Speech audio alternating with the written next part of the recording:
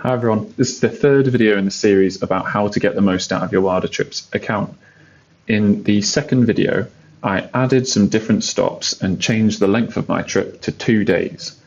What I'm going to show you now is how to get more out of adding stops and changing information about them to plan your itinerary for your road trip. I'm going to make my trip a little bit longer just so that we can showcase some different functionality. And then I'm going to move my head just so I'm not in the way of our sidebar. And this little floaty thing is actually just to help me make a video as well, so don't worry too much. As you can see, I've got 3 stops in here, 1 on day 2 and 2 on day 1. Now to open any stop and add some additional information, you can press on a stop by doing this. This is your opportunity to be able to add a custom cost. So say, for example, that you are going to a campsite and the campsite costs £25. You can put that in there and you'll see the total cost of your trip has increased by the amount of money that you've put in.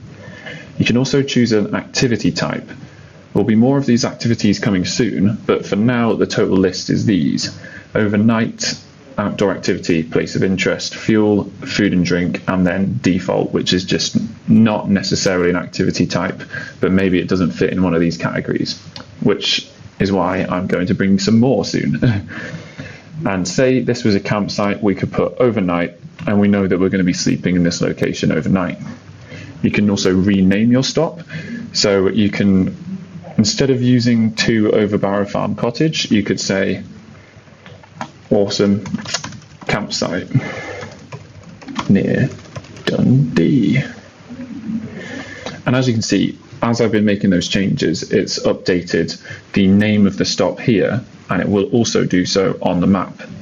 Now you can change your activity type like I've done over there from this drop down too. It's just completely up to you whichever way you'd like to work. Now I'm going to jump into the notes. If, for example, I wanted to save a link to a website, whether this be a campsite website, a link to something like All Trails for a hiking route, or Komoot for a cycling trail, then you can copy this and paste it in here, and this will now become a clickable link. So all you need to do is click on that and it will always open in a new tab so that you can access this when you're on your phone, when you're on your trip, so you can quickly get up the plans for the day, open them in the respective things like All Trails or Komoot, and get cracking.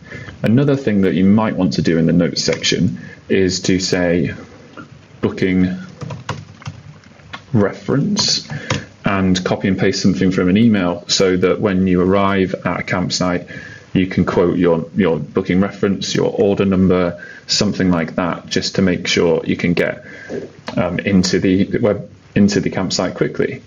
And the last 2 buttons that we've got here is you've got the ability to upload your own photos. This is something you might want to do after you've been on your trip, just to remember what it was like, and you can then share your trip to be able to inspire others and show them how your trip went. Or you can open this individual stop in Google Maps, and the reason that this is in WilderTrips is to allow you to do driving directions nice and easy, because that is not something that WilderTrips has. So you'll need to do the navigation in a program of your choice, whether this be Google Maps or Waze or something like that.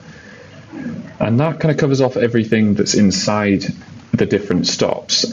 Another thing I want to mention is the distances and the text between the stops. If I move all of these together, it becomes a bit more apparent, but the driving miles is shown underneath here between each of your stops.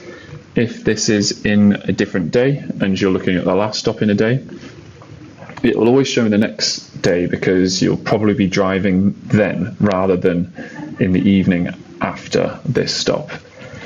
And what we do is we allow the driving distance to be turned into a driving time estimation, which is just a rough average, and then also a cost.